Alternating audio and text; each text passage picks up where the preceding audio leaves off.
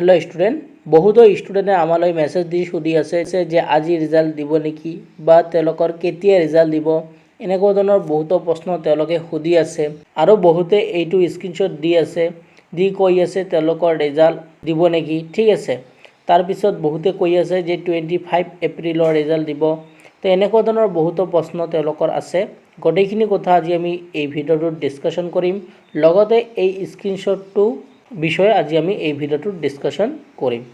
আৰু এইকেইদিন তোমালোকৰ বহুতো ভুৱা খবৰ ঠিক আছে বিয়পি পৰিছে সেই সম্বন্ধেও কিছু কথা আজি আমি ডিসকাশন কৰিম তেনেহলে বলা আজি এই ভিডিঅ'টো আমি স্টাৰ্ট কৰিছো ষ্টুডেন্ট তোমালোকক প্ৰথমতে কও যদি তোমালোকক এইচএছৰ ৰিজাল্ট দিয়ে তেনেহলে মুখ্যমন্ত্ৰী নহলে শিক্ষামন্ত্ৰীয়ে কি কৰিব টুইট কৰিব ঠিক আছে তো তোমালোকে এইটো চিন্তা কৰি নাথাকিবা যে তোমালোকে বা ভুৱা খবৰ পাই তোমালোকে হতাশ নহবা ঠিক আছে তোমালোকে শিক্ষামন্ত্ৰী বা মুখ্যমন্ত্ৰী কিবা টুইট কৰিছে নেকি সেইটো তোমালোকে চাবা যদি শিক্ষামন্ত্ৰী বা মুখ্যমন্ত্ৰী কিবা টুইট কৰিছে ৰিজাল্ট সম্বন্ধে তেনেহলে তোমালোকৰ কি হ'ব ৰিজাল্ট দিব আৰু যদি কোনো ধৰণৰ টুইট কৰা নাই ঠিক আছে তেনেহলে তোমালোকৰ ৰিজাল্ট নিদিয়ে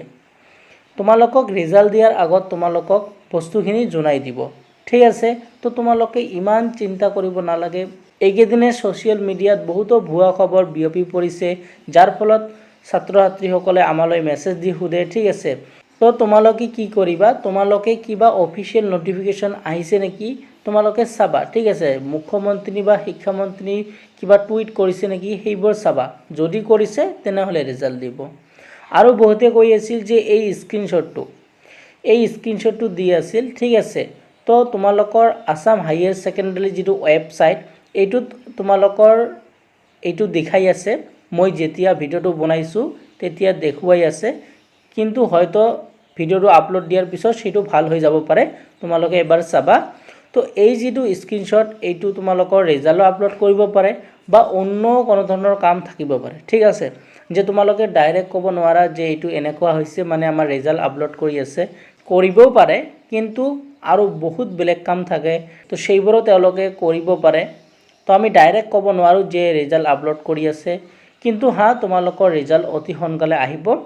এই মাহৰ লাষ্টত আহিব পাৰে ঠিক আছে আৰু বহুতে কৈ আছিল যে 25 তাৰিখে দিব যে 25 তাৰিখে তোমালোকৰ দিব নে নাই আমি ডাইৰেক্ট ক'ব নোৱাৰো আৰু বহুতে সুধি থাকে যে কিমান তাৰিখত দিব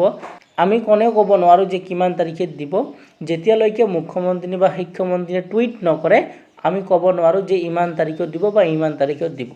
তো তোমালোকৰ যদি কিবা অফিচিয়েল নোটিফিকেশন আহে আমি তোমালোকক জনাই দিম তোমালোকে ইমান চিন্তা কৰিব নালাগে তোমালোকে সকলোৱে এটা ভাল ৰিজাল্ট কৰিবা তোমালোকে মুখ্যমন্ত্ৰী বা শিক্ষামন্ত্ৰী টুইটটো লৈ চিন্তা কৰা যদি টুইটটো আহে তেনেহলে তোমালোকে কি হ'ব ৰিজাল্ট দিব আৰু যদি নাহে তোমালোকৰ ৰিজাল্ট নিদিয়ে আৰু তোমালোকে এই ৰিজাল্টটো কেনেকৈ চেক কৰিব পাৰিবা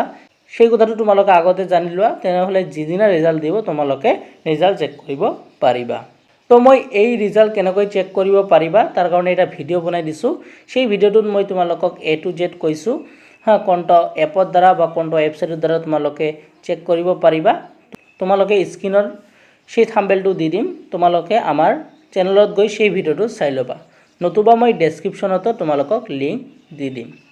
তো তোমালোকে ইমান চিন্তা নকৰিবা আৰু যদি কিবা ডাউট থাকে তোমালোকে কমেন্ট সেকশনত সুধিব পাৰা তেনেহলে আজিৰ ভিডিওটো চোৱাৰ জন্য তোমালোকক ধন্যবাদ জনাইছো